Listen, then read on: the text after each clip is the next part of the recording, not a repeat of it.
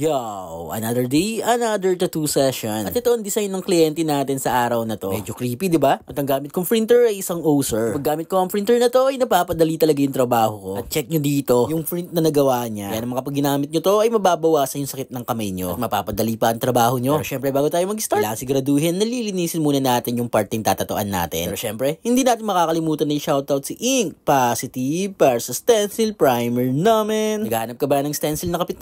Kay Ink Positive ka na, lumapit. At dito nag-i-start na tayo. Gamit kong needle na panimula dito ay isang liner. Gumamit ako ng 7RL. And dati, gumagawa lang ako ng ghost line. Dahil realism ang ginagawa ko, make sure ko lang na hindi ako makaka-create ng sharp line. Sa shader ko naman, gumamit ako ng 23RM. Gumamit din ako ng 21RM ng MO cartridges. Sa ink naman, gumamit ako ng dynamic triple black. Medyo challenging talaga yung paggawa ng ganitong pyesa. Dahil sa details pa lang, alam mo nang matatagalan ka. Kung mapapansin nyo dito, talagang nilakihan na namin yung design. Talagang pinasobrahan na namin. Kaya pati 2P talagang kinuha na namin. Makatuwid ay wala kami sinayang na space. Talagang susulitin namin. Pag gumagawa ko ng sleeve, mas pinipili kong lakihan talaga yung pinaka-subject namin. Gusto ko kahit malayo pa lang siya ay makikita na talaga yung tattoo. Hindi yung tipong kailangan mo lumapit para ma-appreciate yung tattoo niya. Kaya naman talagang linalakihan ko talaga. Dito naman gumamit ako ng 9RL. Ginamit ko lang tong needle na to para makakreate ako ng details. Pero nasa mid-tone lang naman yung gamit ko dyan. At hindi ko talaga siya binabaon ng sobra. Para magkaroon lang ng texture. Yung shading na ginagawa ko. Yung slip lang na ginagawa ko ay medyo nakakatakot talaga yung tema. Nagkataon pa naman ng araw ng mga patay ngayon. Kaya naman saktong-sakto siya sa panahon. Dahil araw din ng katatakutan ngayon, ay matakot ka na sa karayo. Pag ito ang bumaon, saktan ka na, nagbayad ka pa. Nakakatakot, di ba? Pero sa kabilang banda, pagkatapos ng mga katatakutan na nangyari, ay isang magandang tattoo ang mapapasayo. And you will live happily ever after. Grabe naman yun, sir. Babalik na tayo sa tattoo ginagawa ko. Yung ginagawa kong design na to ay parang mangkukulam. Dahil meron siyang parang manika na tinutusukan ng karayo. So eto na, nandito na kami sa mukha. Sa kalagitnaan na kami sa malapit na pagtatapos. So far, napakalakas ng bossing natin. Kung meron man siyang part na talagang iniinda, dito sa parting 2P talaga. Pero pinipilit ko talaga siyang alalayan. Para kahit papano ay mabawasan yung sakit na nararamdaman niya. Pero ganoon talaga, sobrang masakit lang talaga tong part na to. Pero kailangan lang talagang tiisin dahil part to ng proseso. Isa din to sa magiging reason kaya mapapaganda yung tattoo mo. Especially sa placement, proportion. Para talaga ma-maximize natin yung space. Para ma-achieve natin na kahit malayo ka, ay kita-kita pa rin yung tattoo mo. At nandito na tayo sa parting pagpuputi. So malapit na tayo sa pagtatapos. Kaya naman ang bossing natin sobrang excited na. Dahil sabi ko sa kanya, ay konti lang ako magputi, sir. Huwag kang mag-alala. Doon ang bossing natin ay napangiti. Dahil ang kalbaryo niya ay matatapos na. Pero huwag na natin patagalin at mag-tattoo reveal na tayo. Ito ang masterpiece na nagawa namin ni bossing. Check nyo dito kung gaano kaakas yung nagawa namin. Kung gaano siya nakakatakot. Naging ang bossing natin ay natakot din. Nung nakita niya yung puti. Dahil for sure na pag-tattoo niya talagang masasaktan siya. But anyway, talagang napasaya natin yung bossing natin. Sobrang ligaya niya dito. And I felt na nagawa ko yung trabaho ko ng maayos. Para sa mga bossing natin dyan na gusto magpatattoo, mag-message lang kayo sa TikTok, sa Instagram at saka sa Facebook page. Looking forward kami na maging kliyente kayo. Lalo na ang makatrabaho kayo. Maraming salamat sa pagsabay mo sa tattoo session ko for today.